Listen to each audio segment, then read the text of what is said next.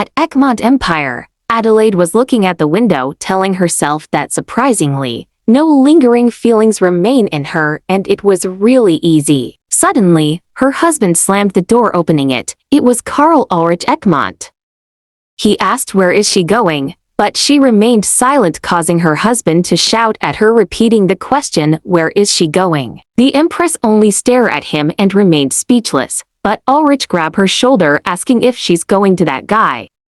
He became pale, repeating if she's really going to Lionel Valdir. The Empress thought that up until the end, he still failed to recognize the most important thing. She brushed his hand, asking if it's important to know who she will be going to, because for her, that's not important. What's important to her is that she can no longer tolerate him.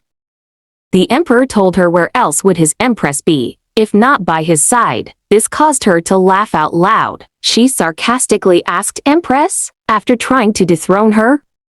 Adelaide claimed that it was actually for the better, because even if the dethronement didn't happen, she will still end up telling him this someday. She's giving up her seat next to him. She will throw away her position as Empress.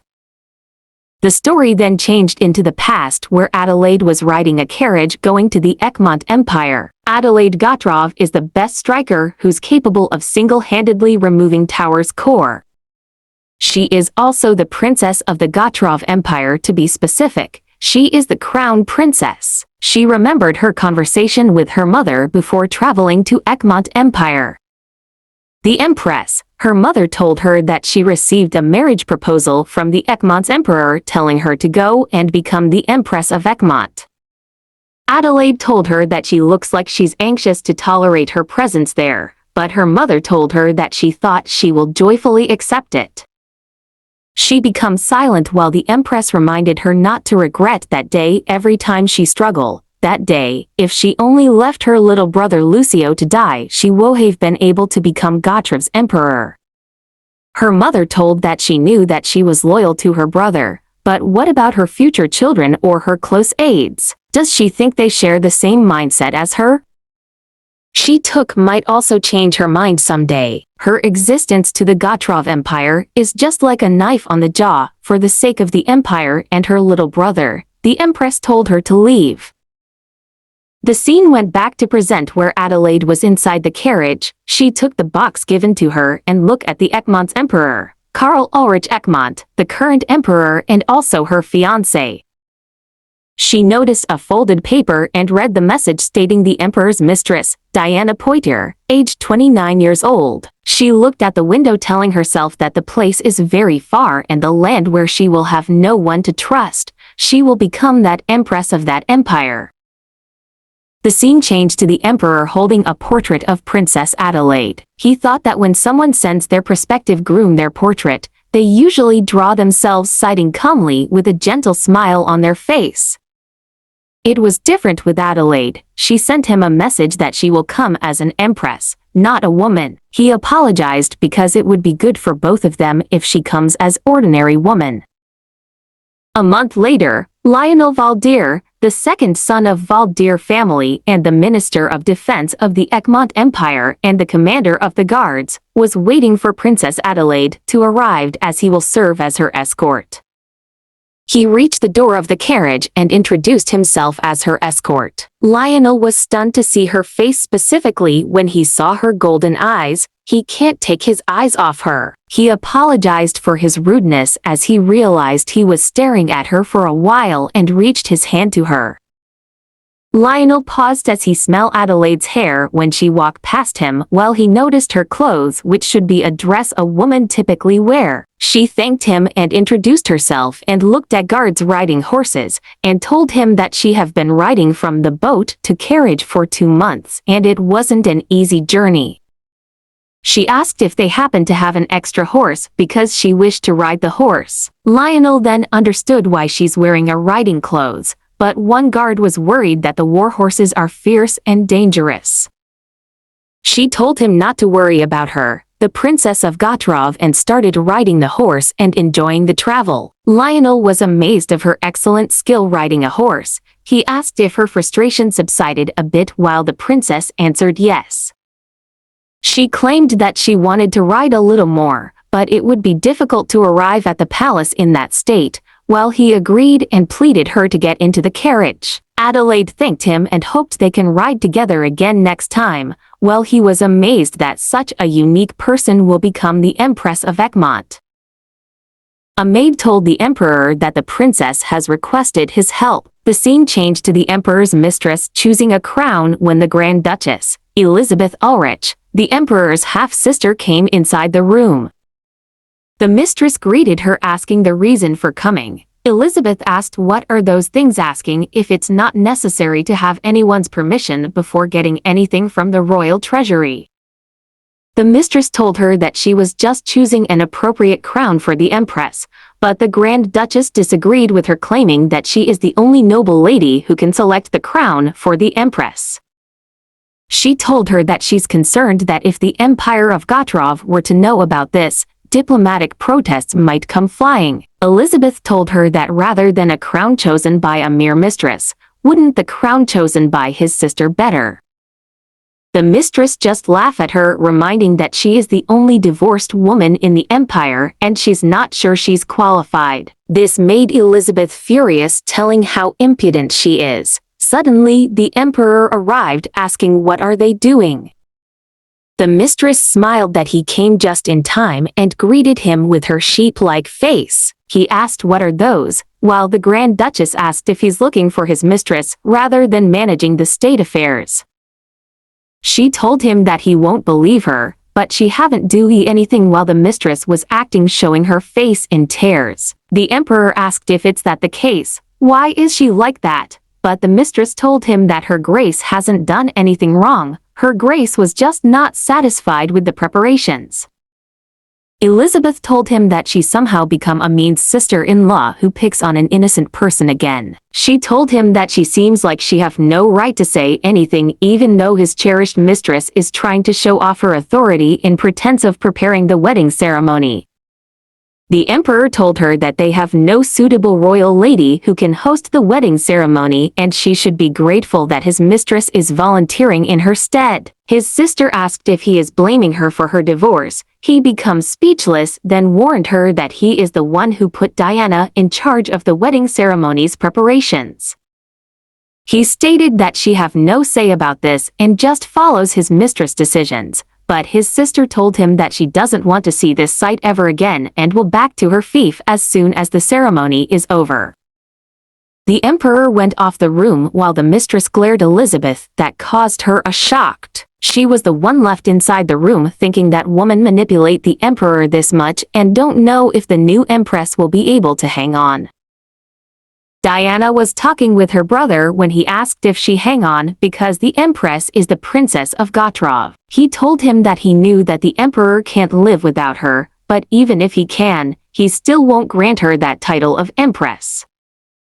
There's no way the Empress would let her off. She has to let people know her position in the palace, telling her that he heard rumors say that the Empress is exceptionally beautiful. He told her that she needs to get pregnant before his marriage, but Diana shouted at him, asking if he thinks that's easy. Diana revealed that the Empress won't be granted anything by the Emperor and explained that the Emperor has severe hatred for the Empress. He asked what is she talking about, while she answered that the reason the Emperor can't make her an Empress is because he loves her. The man told her that she don't know men. Love can grow cold, and his love can turn cold someday. Diana agreed that life for the living can become cold, however, love for the dead cannot grow cold because the emperor sees his mother on her. The emperor's mother passed away prematurely due to the former empress prosecution. That's why the word empress itself is something he hates. Rather than the empress who only has her status, it's better to be a mistress who has both love and power in her hands. The day after Adelaide arrived at the royal palace, people lined up to welcome her. They wanted to leave a good impression on the person who would soon become their empress. However, after the parade of greetings came to an end, there were still no news from the emperor. She smirked after noticing that he won't come and ordered them to send back if anyone visited. After taking a bath, she saw a woman standing beside the window, thinking, who is that person? That is her bedchamber, and it's common courtesy for all visitors to be guided to the drawing room to wait there. The woman greeted her and introduced herself as Diana Poitier. The Empress then realized who is she and remembered that she is the Emperor's mistress. She ignored her and ordered the maid to dry her hair. Diana smiled, thinking that her face isn't the Emperor's type. She told her to let her dry her hair. Diana answered she's not a maid, while Adelaide asked why is she saying she will dry her hair. If she's not a maid, why is she on her bedchamber without her permission? Diana apologized and told her that she wanted to inform her something, while Adelaide asked what it is. Diana answered that she want to inform her about the Emperor's preference ls. Adelaide was shocked with her reason. Diana continued telling her that the Emperor likes wavy hair and suggested trying to roll her hair to make it wavy. She also added that she was pale and suggested applying some makeup to make her cheeks more rosy. Adelaide became furious and pulled Diana's hair, thinking how dare she talk to her like that and repeat is she is telling her about preferences. She released her and ordered the maid to bring her a glass of wine and asked Diana why is she giving that kind of advice to her. Adelaide told her that she can go tell the Emperor about her preferences, also telling her that she like a man who knows how to speak about private issues in person. She also added that not once in her life that she thought of changing to suit another person's preferences, and told Diana to keep those preferences to herself. Adelaide told her to go now, while Diana apologized for her mistake and told her that she instructed them to make no mistakes whilst obliging her. The Empress thought that those statements was what the house owner says to their visitors, and to be greeted by the Emperor's mistress as soon as she arrived is ridiculous. At the day of the wedding, a maid brought the platinum crown to Adelaide. She wore it and found it dull, so she ordered the maid to bring a golden crown instead. She still have some time before the ceremony, so she would like to change the crown. Diana went to the Emperor's room crying and trembling, telling him that she's sorry. When the Emperor looked at her, someone small and fragile comes to his mind, the one who made him want to protect her from the Empress. Whenever the word Empress appears, it makes him sick. Diana told him that the Empress thought she was just one of the maids, while Diana thought that the Emperor's biological mother was also the Empress maid, and he won't be able to help but feel triggered by this. He became angry, asking if really nothing happened on the day she went to greet the Empress. She cried in front of him, telling him that she's fine just being by his side, and started acting that she can't breathe and passed out. The Emperor became nervous and called someone to get the physician. The nobles are whispering with each other, asking why the Emperor hasn't shown up without any notice. They were thinking that Lady Poitier must be stopping him from coming to his wedding. Adelaide cursed on her mind, asking if the Emperor planned on making her look ridiculous. She doesn't have anyone to ask, nor anyone who would tell her what's happening. She feels as if she's being thrown into the enemy's territory fully unarmed. She gritted her teeth, telling herself to get it together, and ordered someone to get her a chair. She thought that all the nobles present are waiting while seated, so why should she stand? It just looks pathetic. The nobles were surprised that a bride waiting for the Emperor remains seated, while some finds her aura amazing and she looks gorgeous. The Emperor arrived and was surprised that she was seated. He then realized that without a doubt, to his surprise, the embodiment of an Empress. They greet each other while a maid gave her a bouquet of flowers she needs to held in her hands, while man pleased the Emperor to walk down the aisle holding the Empress' hand, but he only glanced at her and walked by himself, ignoring Adelaide. The Empress was shocked with his actions, while the nobles were whispering how the Emperor refused to hold the Empress' hands when walking down the aisle. Her hand was trembling because of shame. She also refused the bouquet of flowers and walked beside the Emperor. He told her not to get greedy, telling her that he heard she asked Diana Poitier if she's a maid. She answered that she would definitely question her since she was in someone's bedchamber without permission. The emperor told her that Diana isn't a maid and warned her not to make such rude mistake ever again. He also told her that he won't spend his night with her, so she doesn't need to wait for him. She smirked, asking herself if it's God's will, and cursed in her mind, telling herself that she now passed the point of no return. The emperor went to Diana's bedroom asking if she's awake. He come closer and remembered his mother's face calling his name. Diana called him asking if he come there as soon as the ceremony was over and apologized for always being a nuisance to him. She told him not to be like this and went to the Empress, but he told her that she already told the Empress that he won't go. Diana asked how she would introduce herself to the Empress because the nobles will blatantly call her a mistress. He asked if she have a title in mind. She answered that she wanted to called the emperor's lover. He agreed while Diana was glad, telling to hold her. She was thinking that if she can't become the empress, then she will make sure nobody can completely have that position. Wedding banquets in Econt are traditionally held on the third day. Diana, who lost her parents early to the swarms of monsters emerging out of the tower, was able to earn status as a daughter of Econt and gained Ivory Palace by securing the emperor's love. It's all possible only because she worked hard for it and thought that a princess should never be above her. The Empress will never be able to sit on that chair today. The main character of those events is her, not the Empress, because that place was meant for her from the start. The scene changed to the Empress ordering the maid to take off the dress. The maid apologized and told her that she thought that the measurements they received from Gotrov is different metric system from Econt.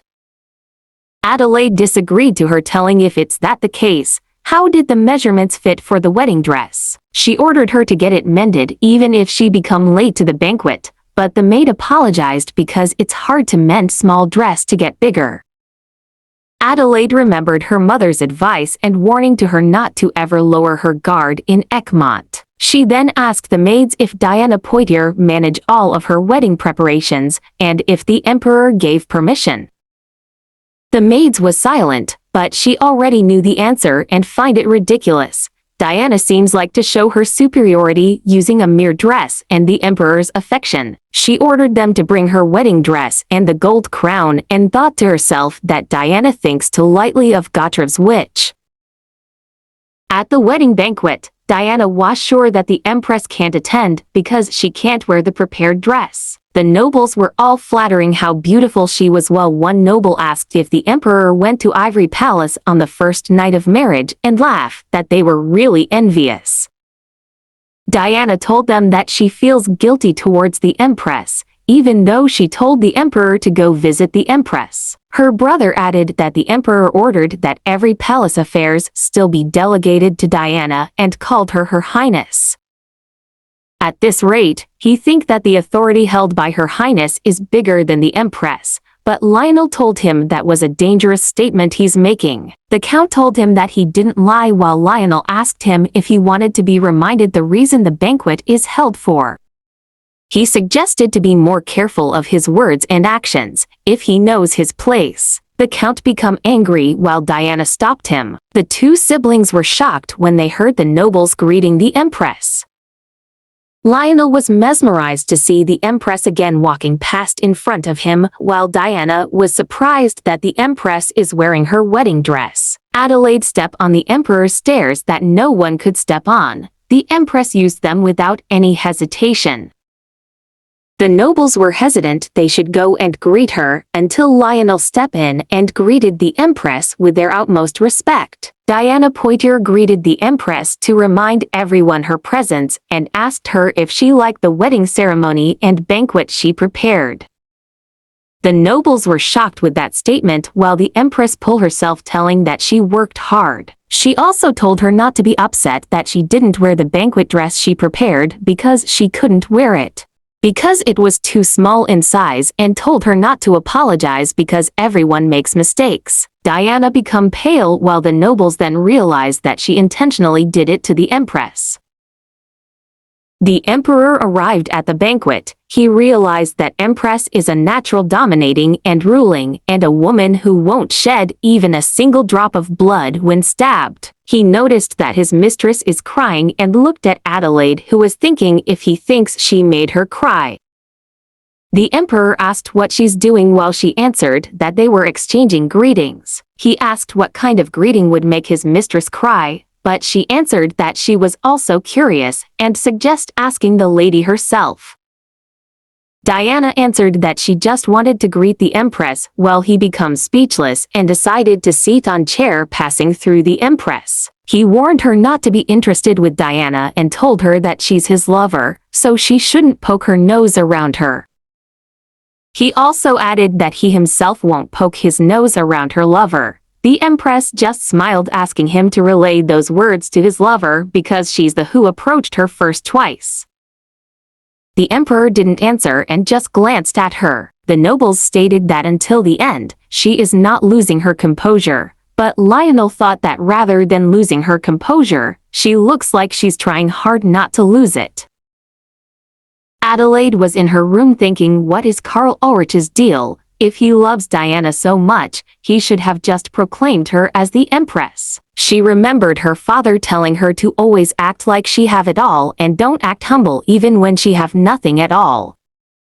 An Empress not acknowledged by the emperor has nothing but her title. The moment this fact brought to light, everyone will rush to rip her apart. The Empress asked the maids who is the one responsible for the general management in the palace, while the maid answered that the position is currently vacant. She then asked if Lady Diana Poitier the one who is filling it temporarily. The maid answered yes. Adelaide asked again who was the former manager. The maid answered that it was Countess Hannah Kix. She ordered her to summon Lady Kix right away and bring her the newest editions of all the Empire's law books. A maid notified her that a visitor was waiting for her and found out it was the Grand Duchess Elizabeth. The Duchess looked at the Empress thinking that she's smaller, but despite that, she's the kind of person who makes her opponent feel pressured just by her existence. Elizabeth told her that she heard that she called Countess Hannah Kix. She used to be her nursemaid. The Empress asked why is she telling her this, while Elizabeth asked if she wanted to strengthen her position in the palace. Adelaide answered that it's only natural of an empress, but the Duchess told her that it won't be easy to do since Diana has the emperor's affection and the power of Duke d'Esvenel, the emperor's uncle. The Empress then asked what's it for the Duchess if she were to strengthen her position. Elizabeth realized that she wanted to go straight to the point. She told her that the emperor who's stuck with Diana and Duke d'Esvenel is unable to run the empire properly. That's why she desperately hoped her to sever the link between them and the emperor. She also suggested to release a notice to look for an aide. The Empress was confused, but Elizabeth explained that an Empress aide is usually a man. Every time her father, the late emperor, changed his mistress, her mother would also add more aides to send a message. Adelaide was surprised and asked if she's saying that since the emperor has a mistress, she should have one. Elizabeth explained that she wasn't saying she should have a revenge affair, but a fighting spirit.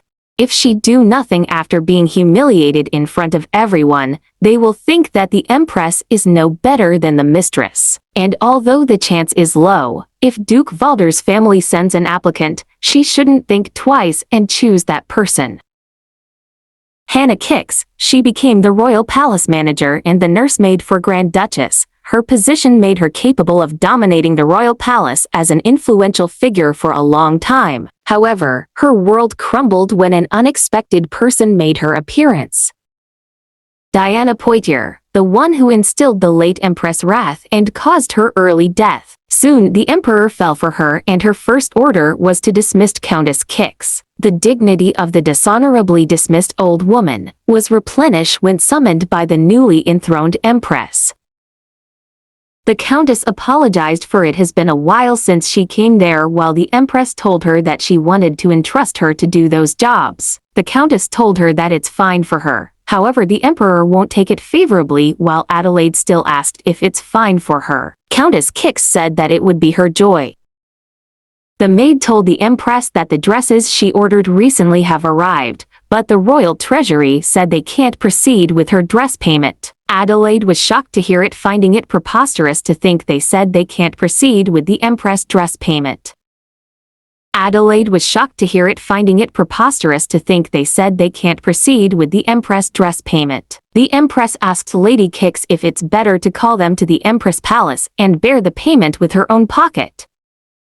The Countess told her that it would be bad for her prestige if rumors were to spread, so it would be better to call them to the palace. They could give them money and silence them. She ordered the maid to bring them inside the palace.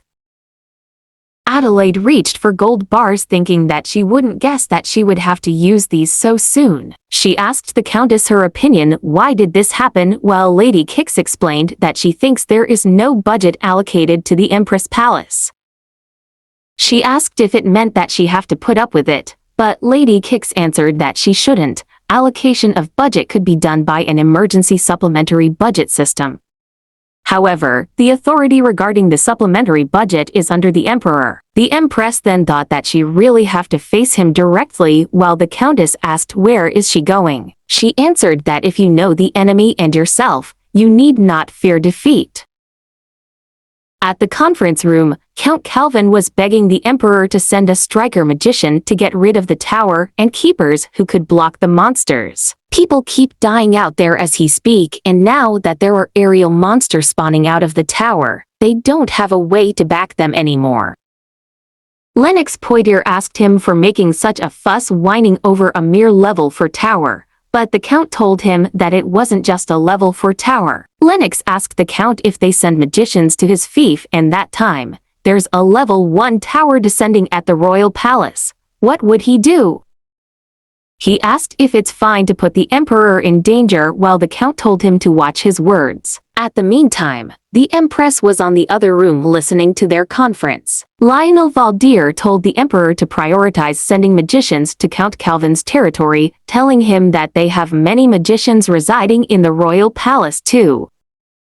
Lennox asked what is he saying, asking if he thought that their magicians are just idling away in the royal palace. The Emperor stopped them and told Count Calvin that she feels bad for his fief. However, sending magicians his way is deemed unnecessary. The Count pleaded him to reconsider it, but the Emperor ended the conference and told them to leave. The nobles were surprised to see the Empress and immediately greeted her. However, Duke d'Espinal called her his niece-in-law and was glad to meet her. The nobles were surprised of the way he's addressing the Empress. The Duke noticed the glare from the Empress' eyes and apologized for offending her, telling that he just wanted to come off as friendly. The Empress told him that he seemed to chose the wrong way to be perceived as friendly and hope him to be more careful in the future. The Empress noticed Lionel Valdir greeting her. She approached him asking whose Count Calvin is. The Count bowed his head and greeted her while she asked if he said that there were aerial monsters spawning. The Count answered her yes, while she asked if there's no magicians assigned to each region's unit.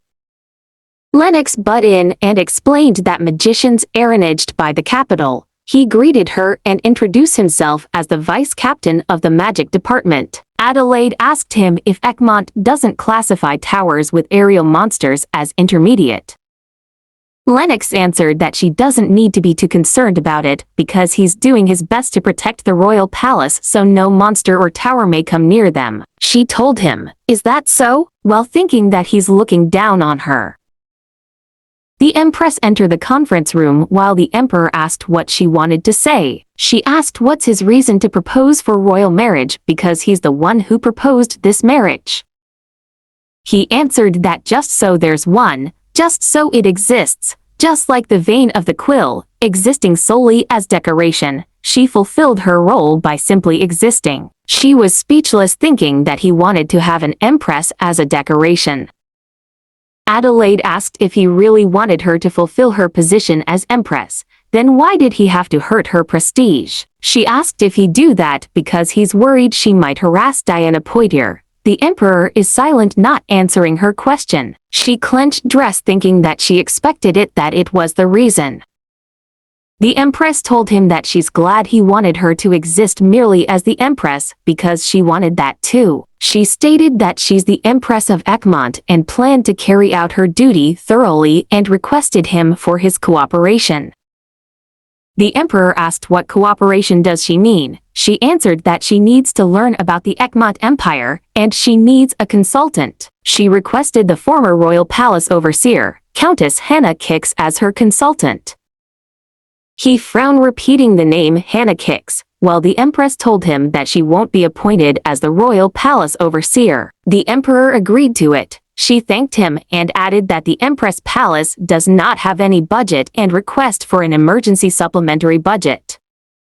He looked at her red dress, which symbolizes the Econt's Empress, and remembered how he reached his hand to those unreachable trails of skirts. Her mother told him that the Empress will never acknowledge him. He was asking himself that the Empress Palace budget hasn't been revised, and ordered a man to call for Diana Poitier. The emperor's mistress went to his room asking for the reason of calling her. He asked if she brought the royal palace budget. He looked through it and asked why didn't she delegate the emergency supplementary budget to the Empress Palace, because he's certain it's included in the Empress welcoming preparations. Diana made a pitiful face asking if she haven't done that yet. She claimed that she forgot about it and apologized to him. He told her that she only need to revise it and told her to stop crying, while she stated that the Empress must have been displeased. He looked at her face and reminded him of his mother's pitiful face. He revealed that he transferred the Empress duties back to the Empress Palace, and he will retract the palace internal duties he entrusted to her. Diana became pale and shocked, thinking that those duties will later be delegated to the Empress.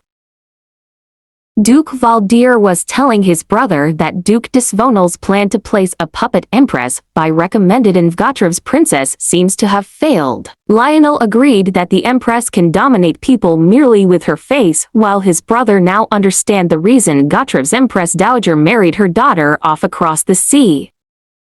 The newly throned emperor is only 14 years old. Such a powerful elder sister would be a disadvantage in strengthening the emperor's power. He asked if Lionel is still listening to him, but Lionel was asking himself why he cannot bring himself to forget her. Adelaide inquired about the dress payment while Lady Kix told her she needs to place an order for new dresses because it looks exactly like the former empress. It would irritate the emperor and suggested to avoid wearing them. She agreed and thought that she needs more trustworthy people like Lady Kix. She told her to summon Count Calvin to her palace. The Empress asked Count Calvin when did the tower descend and the diameter of the tower. The Count was confused, but answered her that there are no keepers who could hold off the tower. She asked if there's not a single magician present there. The Count answered yes. The capital usually sends help based on the tower's level. She told him that there's no different than telling the whole area to die, while the Count begged her to save them because, as they speak, the citizens are dying miserably. He thanked her and told that he needs to return to Fief, while Adelaide told him to tell his citizens to seek refuge in the neighboring Fief. The best places to hide from aerial monsters are underground spaces like caves. After that, join forces with other lords so he can hold ground longer, effectively pressuring the capital more. The Empress gave golds to the Count while he asked the reason for giving those to him. She answered that with that, his citizens and others would be able to survive for a little while and apologized that she can't aid him in another method. Lady Kix suggested to have a good relationship with the Emperor. So Adelaide went to meet him because the wise decision that will ensure her comfortable stay in Econt for now is getting along with the Emperor. He asked the reason for seeking him at night while she told him if he would like to dine together. The Emperor told her that he was going to call her to ask something and proceed on asking the reason for summoning Count Calvin. She answered that she summoned him because she was worried about his situation, while he told her that his fief is about to fall into ruins because of the tower, and he didn't send any help. He heard that she gave him gold bars quietly and asked what did she think that means, asking she wanted to play the virtuous role by herself. She explained that she only summoned Count Calvin to give him some advice and a compensation money while asking the reason for interrogating her like she committed a sin. The emperor stand and approached her telling her to close her eyes and cover her ears because she only need to think and see good things. She told him that it was simply something that any human would do for someone, but he finds it funny just because she's an empress. She would believe his people, who she never seen before, are her people. Adelaide feels nauseous telling herself that she can't stay there anymore, while the emperor finds her attractive and her smell sweet asking himself if she's the same woman who dominated the crowd just by her gaze. The emperor looked at her stare asking what's with her expression and asked aren't she there late at night looking attractive because she want to spend the night with him. He told her that if she asked him to hug her, he will comply. He told her to close her eyes so that he may kiss her. He is about to kiss her when she told him to stop. The emperor grabbed her hand telling her that he knew that she used to be the Gotrav's princess. Those eyes are befitting of a ruler. However, he reminded her that he is the emperor of that place. He like a woman who's gentle and obedient, so she don't have to meddle in his affairs ever again. Adelaide was trembling and pale leaving the emperor's room when Diana saw her noticing her trembling hand and shaking body. She whispered on her ears telling that she seems like she's heeding her advice, however she seemed not going the way she wanted. Diana asked if she's running away and suggested to apply makeup a bit thicker since she have a pale complexion. The Empress run away when Diana was further and then she was catched by Lionel after tripping from the stairs. She thanked him and excused herself and passed through him. A man came with the request to confirm the revision of the emergency supplementary budget. She took it and asked the man where's the document coming from and if it's sent by the emperor. The man answered that it was sent from the Ivory Palace. She stated that it looks like the Ivory Palace also handles things that way. She asked Lady Kix if she have the authority to look over the entire budget of the royal palace. She answered that she do and asked how much was the written amount for her to do that. She showed her the document sent by Diana while Lady Kix was shocked that the amount for the Empress budget is not enough to even buy a mere horse. Lady Kix agreed that the Ivory's palace budget exceeds that of the Empress palace.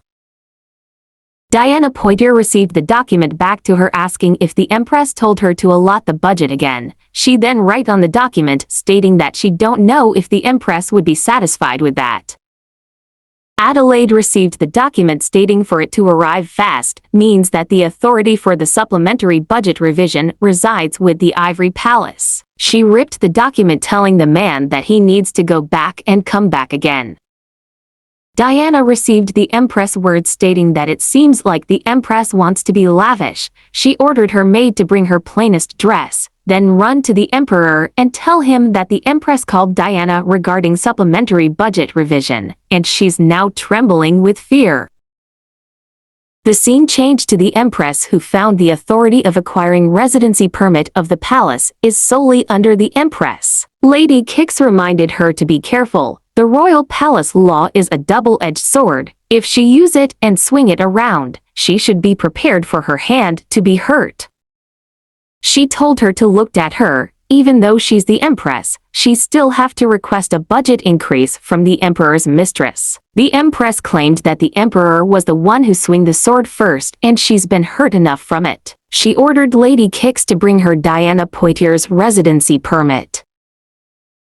Adelaide was busy thinking of recruiting an aide and established her one standing when she feels something strange. She ran to the window thinking that she was sure that was a tower's energy. A maid suddenly told her that Diana Poitier is requesting her audience. Diana arrived with a plain dress while showing her pitiful face. The Empress asked if she brought the correction she asked for. Diana answered yes and asked what is it that has upset her. She showed the documents showing the details of the Ivory Palace's arranged budget. She asked why is she showing those to her while Adelaide asked why are there no details on the usage of the Ivory Palace budget and asked if she perhaps know the reason. Diana asked why is she asking about the details of the Ivory Palace budget while she answered that the budget allocated to the Ivory Palace can be transferred over to the Empress Palace. She become pale while Adelaide continue explaining that it's only natural as an empress to receive the allocated budget. The Empress thanked her for her hard work and won't ask her to write out every single detail of the budget usage after all. She will be the one who will be doing that. She just needs to hand over the Ivory Palace budget to the Empress Palace. Diana gritted her teeth thinking that the Empress, without her family influence or a single ally on her side, is still the Empress. She doesn't even have a title. There's no way she can reject that order. She started crying thinking that the palace and the position beside the Emperor is all hers. Adelaide told her that she was the Empress of Econt and warned not to challenge her authority and don't think it was taken from her. Diana was thinking that the authority was hers to begin with and asked herself why aren't the Emperor coming. The Emperor burst inside the room asking what was the Empress doing. Diana immediately went on her knee asking for his forgiveness. The Empress was shocked that she was doing that again. The Emperor asked what the hell she's doing while looking at Diana trembling. Adelaide told Diana to get up quickly asking why is she doing that suddenly when they were just conversing just fine before. But Diana keeps on crying and the Emperor called the Empress. Adelaide told him that she should be the one asking what he's doing. He ordered the maid to take Diana out and all the maids to leave because he will speak with the Empress alone. Lady Kix greeted the Emperor while he asked if it's fun trampling the weak. Adelaide ordered her to wait outside, but the Emperor shouted asking if she found it fun. Adelaide shouted also ordering Lady Kix to wait outside. He asked what is she doing while the Empress asked the same question. The Emperor told her that she have a bad habits while she answered that she never did anything. He told her that he saw everything and not to give excuses, but Adelaide explained that Lady Poitier started to beg as soon as he entered the room. He smirked telling her that it is an incredible coincidence and asked if she's greedy for what Diana has. The Empress told him that it is not Diana who went overboard, but him.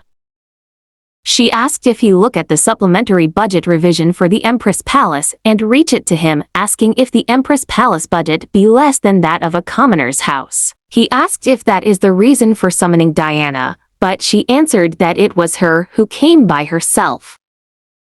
The Emperor told her that her mother seems to lied to him. She said that her daughter was an obedient and devoted daughter and asked if she didn't realize anything after getting kicked out of her homeland. The Empress told him not to speak mindlessly if he aren't aware of the full story that left her no choice but to leave Gotrov. The Emperor grabbed her shoulder telling her to be just like a quill of a quill pen and just like a vase that holds flowers. Suddenly, a huge lighting were seen and Adelaide felt the tower's energy. Lady Kix told her that there's a tower descending right now and she needs to hurry and take shelter, but she answered no because there is no need for that. The maids and servant were screaming shouting that a tower is descending in the royal palace, while the soldiers thought that it looks like a level 4 or 5. Lionel ordered the soldiers to get in their positions telling them to maintain the line. They need to block it until the magicians come. He asked if the magicians still not arrived. The man answered that he can't see them. Lionel thought that they were going to appear once all the knights are dead again. He shout ordering to go to the magician's residence and call them there. Those who react to a tower's magical power and can use them at will are called magicians. Lennox Poitier, the vice captain of the magician division, is a level 1 striker or offense magician. He is Econt's best magician, both in name and reality.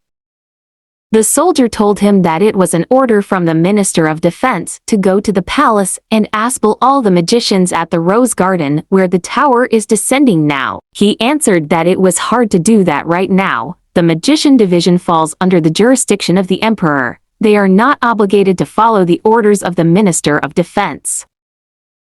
Lennox told him that he heard he didn't get his salary this time. It probably not matter to him. But if one of his subordinates have any financial struggles, should he give one of his buttons?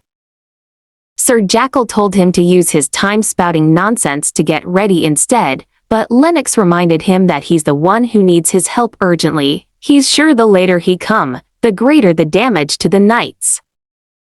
Sir Jackal shouted at time that a tower is descending on the royal palace and asked if he thinks the magicians would be fine after that. Lennox told him that even if the magicians are reprimanded, he's sure he won't be, and reminded Sir Jackal not to get on his nerves, or else he might not go there until all the knights are dead. Sir Jackal called him and bowed his head, requesting politely that he needs the magician's cooperation. This made Lennox thrilled of how thankful this natural, dark disaster is a blessing and God's gift for him.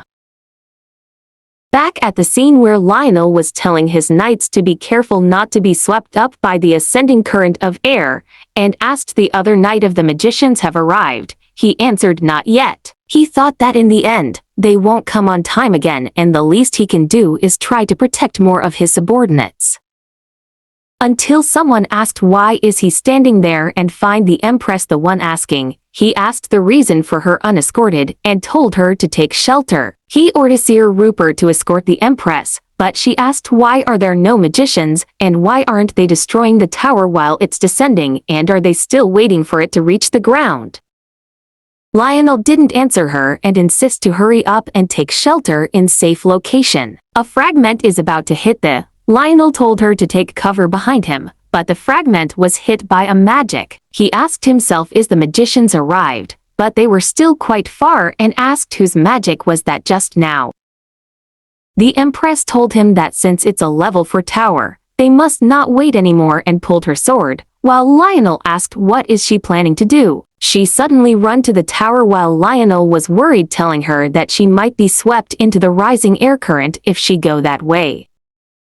He noticed that his hand was repelled, asking himself if it's magic, while Adelaide told him not to worry and not to get in her way. She was pulled up by the air current where the tower's origin was. The knights were nervous and restless, asking what should they do. Lionel ordered them to get a hold of themselves and prepare when the Empress falls down. Lennox and his magician were shocked that the Empress was swept up by the uprising air current. He ordered them to circle surrounding the tower and catch her when she falls. He was shocked when he saw the tower burning, while the knights asked Lionel to give them orders. But he told them to just wait for a moment, and remembered the Empress inquiring about the tower and felt that she must be a magician. He saw the Empress falling down the air smiling, while Adelaide was thinking to prepare for her landing, but she becomes surprised when she saw Lionel spreading him arms trying to catch her. She landed lightly in front of him, asking if he's going to catch her. He answered that he was planning to catch her. She landed lightly in front of him, asking if he's going to catch her. He answered that he was planning to catch her. She explained that he might lose his arms if he do that, but thanked him for his kind gesture and for yesterday too. Lionel asked himself how can she smile like that, asking if she's the same person running away with pale face yesterday. The Empress approached Lennox, telling him to sheath his sword since there's no need for it. Lennox cursed on his mind to think that the Empress is a magician.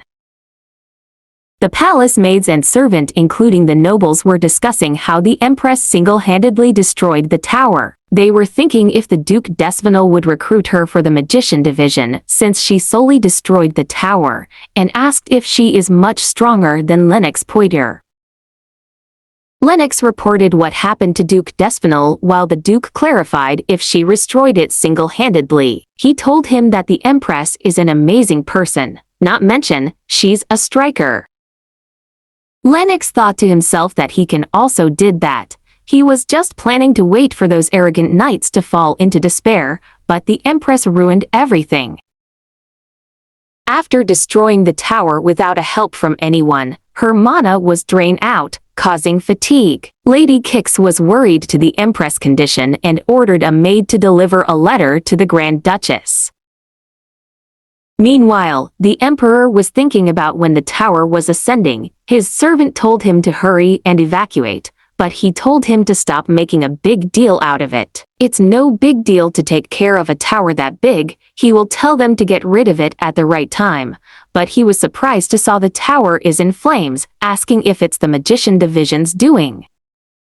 The news relayed to him that the Empress is the one that destroyed the tower by herself. He thought that the Gotrov's Empress Dowager only accurate information sent was her daughter's name and sex. He ordered a servant to go to Gotrov Empire and find out more about Adelaide's track record. Back at the Empress Palace, Adelaide greets Madame Kix telling her to put a notice for recruiting an aide. The qualification standards are males above 20 years old, and they must be single. The selection will be conducted through an interview. The public announcement of recruitment from the Empress caused an uproar in Econt's social circles, and the Valdir family is no exception. Duke Valdir was wondering what's the Empress' intention, asking if she's doing this to protest against the Emperor, or is she planning to fight back Diana Poitier by establishing her own individual power. He asked Lionel's opinion about the matter while he answered that he doesn't know either. Their aide told them that she might just be looking for some amusement while Duke Valdir doesn't care the reason anymore since they can't just sit still. He was asking who would be suitable to entrust the task to while his aide told him that it must be someone who has long history with the Valdir family. He needs to be capable enough to execute the aide's responsibility while keeping the Emperor in check. Aside from that, he also needs to bear the rumors of being the Empress lover. Lionel told his brother that he will apply for the Empress aide. Duke Valdir was surprised, telling him to think it over. He explained that he won't get anything out of it. If he become an aide, everyone will talk behind his back about him being the Empress lover, but Lionel answered that he have no honor left for it to be ruined. He explained that they can't recede anymore because it was just yesterday that Lennox Poitier intentionally dawdled around despite his order for backup. However, he can't complain about the Magician Division even though he's the Minister of Defense. Lionel added that they don't know about magicians, towers, and monsters. At least the Empress did probably know a lot more about them than they do. If he can obtain information about them by being an aide, they can better themselves, but Duke Valdir is still hesitant, telling that if their mother is alive, she would surely slap his back for this. Lionel smiles, taking those words that his brother is allowing him. Diana Poitier was in the Emperor's room thinking that he didn't say anything to her, even though this is the first time she's seen him after that day at the Empress Palace. She told him that she heard the news that the Empress posted a public announcement about recruiting an aide. She told him that she's worried because it hasn't been even a month since the Empress got married.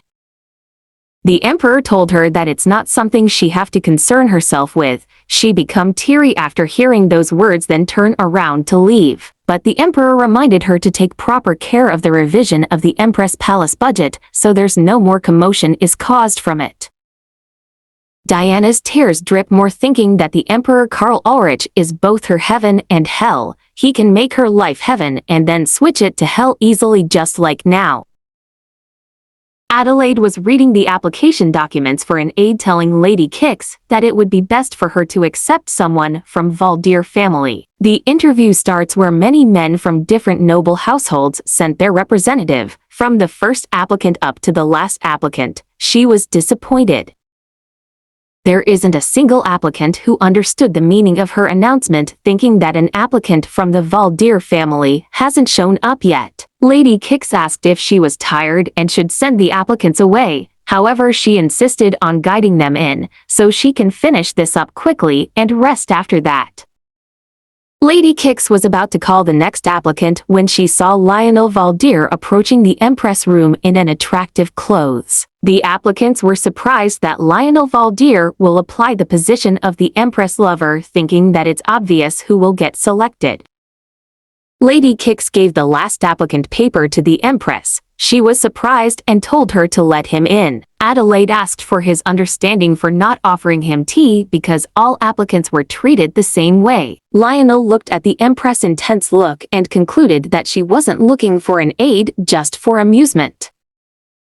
He asked if she's planning to balance the power. In a place where she have nowhere to lean on, she want to cooperate with influential people she can trust to fight back those in power. Lionel asked if that's the reason she was looking for an aide and told her that he's confident he's the better option.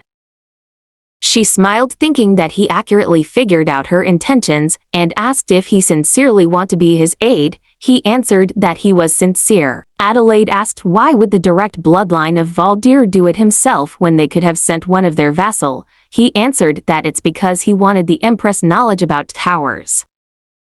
She asked if he believed it's better to know more about towers, despite of what he might lose as her aide, while Lionel answered yes without hesitation. The Empress called his name informally, telling him that he have to pretend to be her lover, asking if he's aware of that fact. She added that she will have to call his name and speak informally to him, that way, they would look like lovers in their eyes.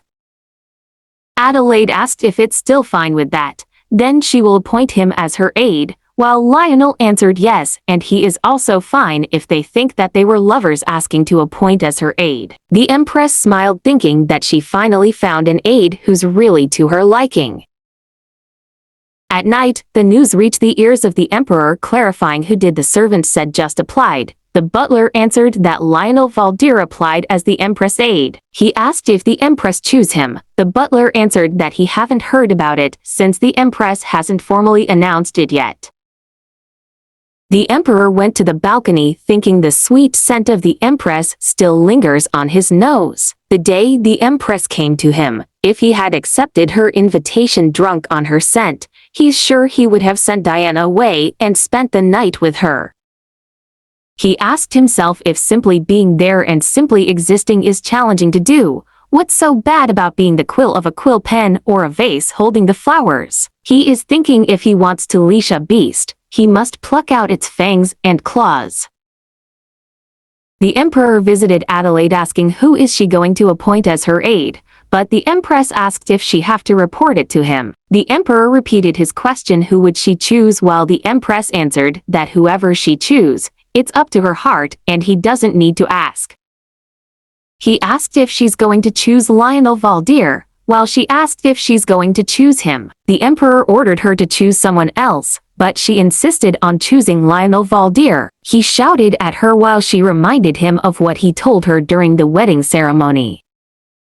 "Don't pay attention to my lover. I will not be interested in your lover either." She asked if he forget those words and told him that she will give him the same words back. He asked if she's protesting against him, but she answered that it was impossible because she's been looking a lot of people for 3 days, and Lionel was the only one that caught her eye. He told her to recognize her position, but she answered that she have no intention of becoming an accessory. She asked if it wouldn't be his priority to acknowledge her as an equal spouse, but he remained speechless and warned her to think wisely and don't regret it later.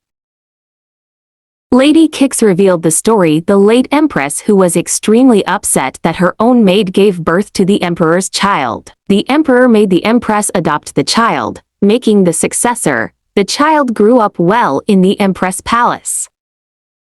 His real mother was revealed to him when he was 6 years old. His birth mother, whom he finally met at 7 years old, was already half insane. It was only natural for the child's foundation to be wrecked.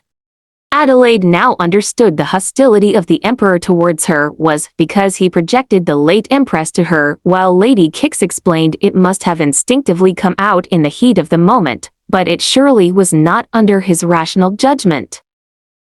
The Empress burst out, telling her that it's a grave problem if an emperor sitting on the throne acts irrationally and instinctively. Lady Kix reminded her that he's still the sovereign one and her husband, but she disagreed, asking her sarcastically if she should lie low and try to please the emperor. She revealed that when she first arrived at Econt, Diana Poitier came to her and told her about the emperor's preferences. Lady Kix was angry by Diana, while the Empress asked Lady Kix the difference between her advice and what Diana Poitier said. Lady Kix finally understood and apologized to her, while Adelaide told her that her most essential possession that she's trying to protect is her ideals, pride and honor. Everything about herself, for her, that's more vital than the emperor's position. That's why she would rather die than obey his orders to do nothing and live a life controlled by others. Lady Kix was surprised to saw the emperor coming back since he left an hour earlier. She told him that the Empress was about to sleep. He asked if the Empress is available to spend the night together. She was surprised by his question while he concluded that it seems it's possible that day. Adelaide asked what on earth is he doing, but he told her that he wanted to spend the night with her. She was shocked, thinking an emperor is someone who always gets what he wants and he has no reason to hesitate or suppress his desire, even if the other party is the Empress. He told that her gaze feels murderous while Adelaide told him that it hasn't even been an hour since he told her she's going to regret it, but out of nowhere, he want to sleep together now. He remembered her words about him needing to acknowledge her as his spouse, and for him to do that, isn't that what he must do first? He told her that it appears she desires some power in the Empress Palace and she don't have to take the long way, reminding her that it was also one of the Empress duties, and told her to do her duty and get power while she's at it. She pushed him away, telling him to take his hands off, but he grabbed her hand, telling that she's really difficult. She don't want to do the Empress duty, but still want to have its power. Adelaide was thinking that the Emperor is her spouse, whether she like it or not. Spending their first night together is a given duty. However, she wondered why she feels very disgusted about it. He asked why can't she accept it. He's the only one she have to bow to in this empire. She answered that she never heard the Empress has to unconditionally submit to the Emperor, asking if this is what it means to be an Empress in Econt. He touches her foot while she flinched. The Emperor stare at her, then proceed on kissing her foot gently. Adelaide was surprised, asking what is he doing, while the Emperor asked if she's satisfied now, claiming that he have bowed down, and kisses her foot. He then caressed her lips, but the Empress told him to let go of her. This made him disappointed with her, telling her that she seems not to know her place. He added that she chose to protect her ego by baring her teeth, even when her grand pride is the only thing she possesses. The Emperor told her to bow, yield, and kneel for him, but she answered that she would never do that. He smiled, telling her that she will be the one to regret it anyway.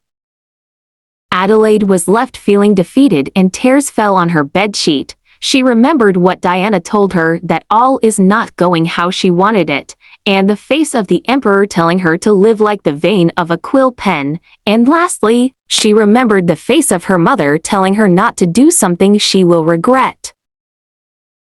The Empress woke up and found those memories as her dreams. Suddenly, Lady Kix told her a shocking news, that the Emperor has given a royal order to cancel the supplementary budget revision of the Empress Palace. She cursed in her mind, thinking that she wanted to use cheap and cowardly tricks like this, but she is not affected. When news of cancellation of the Empress Palace budget was about to spread like wildfire in the royal palace, the Empress Palace sent an official announcement that Lionel Valdir was appointed as the Empress aide. The Empress is fighting fire with fire.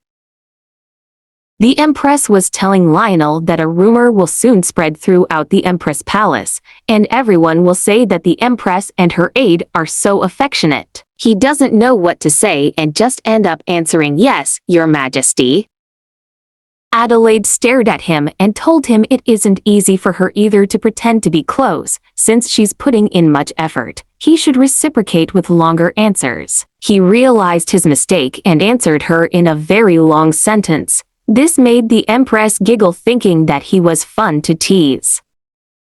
She asked if his family wants to balance the power centered around magic division. He answered that is his final goal, and he also wished to change how they handle and react to the towers. All information about the towers is exclusively held by the magic division, and they refuse to divulge any of it.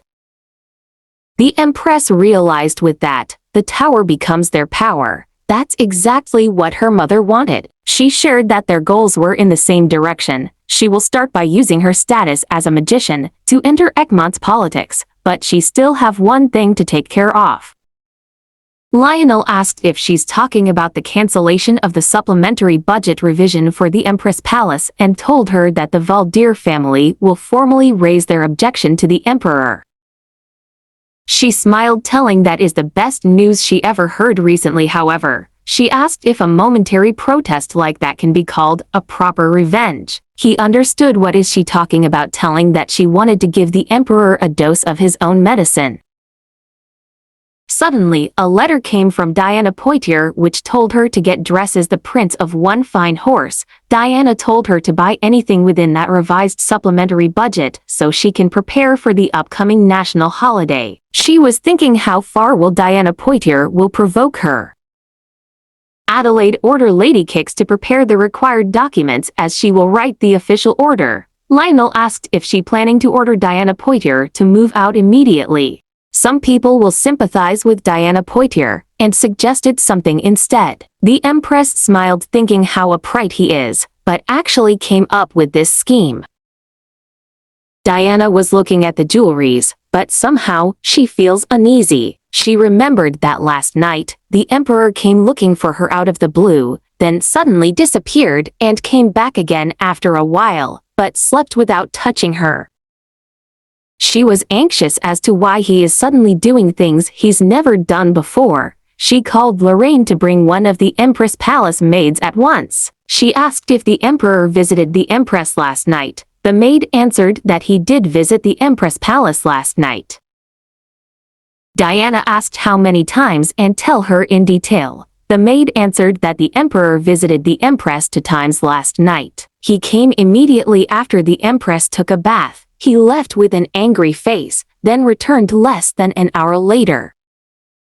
She became nervous after knowing that the Emperor, with excitement in his eyes and heavy breathing, returned to the Empress Palace. She asked why did he run out to the Empress Palace with that look on his face. Diana looked at the mirror, examining her face and her body, claiming that her face has lost its shine. She checked on her abdomen, thinking that it's flat. She asked why haven't she conceived yet. Neither the Emperor nor her are infertile. At the conference meeting, Lionel asked Duke d'Espinal and Count Poitier why isn't the Department of Magicians doing anything about the towers? Is it because they don't have the will to save people, or is it just that they don't have the capability to do so? The men in question were speechless while Lionel looked at the Emperor and asked to save the people of Count Calvin, even if it's late. Duke Valdir stood telling them to give the Empress the right she deserves and asked what was the reason behind the rejection of the Empress supplementary budget revision. The Emperor told them that they seem to be mentioning the Empress a lot now that he have become her aide, claiming that even among the commoners, it's always the wife who supports the husband. He asked the Minister of Defense to assess the situation properly instead of flaunting his relationship, while Duke Valdir told him that his words were too harsh. Their conversation were cut when the Emperor's secretary went inside telling the Emperor that the Empress has withdrawn the Ivory Palace residency permit for Lady Diana Poitier. He was surprised and looked at the document to confirm that it was really the Empress by looking at the Empress seal. Count Poitier became furious, claiming that the Empress can't do that because that permit was granted by the Emperor himself. One noble explained that according to the palace laws, all decisions regarding residency permits lie under the Empress authority. If someone outside the royal family, who doesn't have a clear position in the palace, is granted a permit due to private matters, hence for permit to be granted, Lady Diana Poitier must acknowledge her status as guest.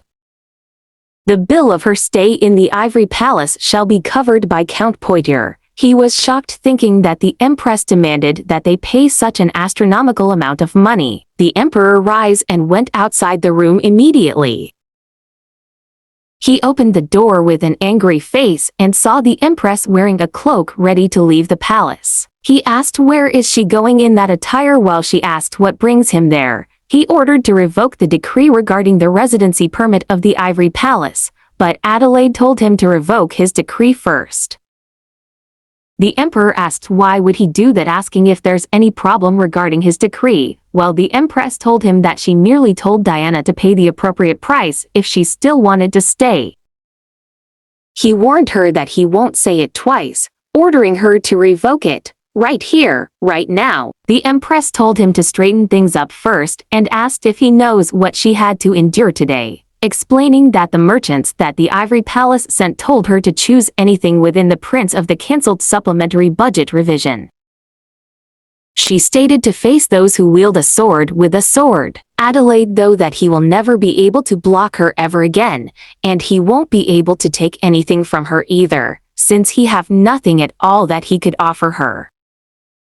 She is about to leave when the Emperor grabbed her asking where is she going. The Empress answered that she's going on a secret inspection. Adelaide stated the palace law. The Empress may go out of the palace for secret inspections without the Emperor's permission, and also holds the right to keep the location and purpose of it a secret.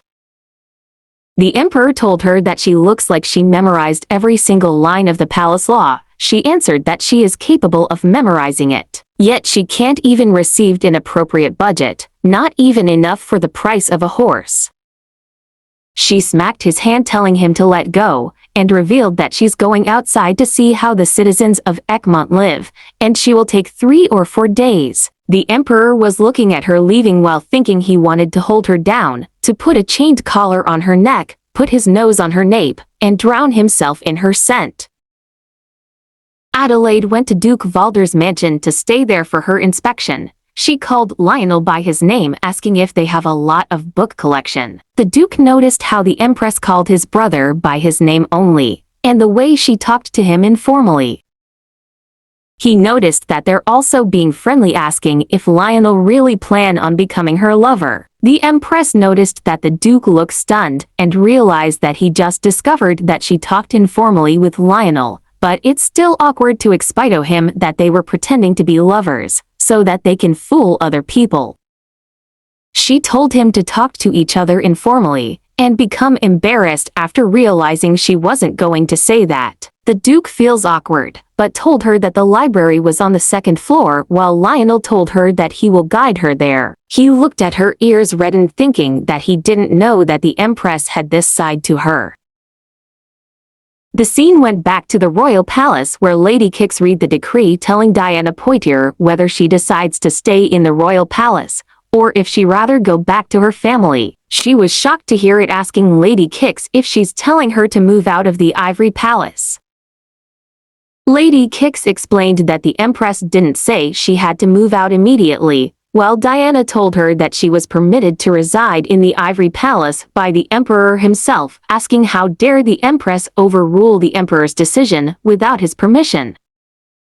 Lady Kix shouted how dare she, it's the Empress decree and she must mind her manners, but she insisted that she will never leave the Ivory Palace unless it's the Emperor's decree. Lady Kix told her that she will take it as her intention to rent the entirety of Ivory Palace, then she will calculate the bill for renting it and send the invoice to Count Poitier.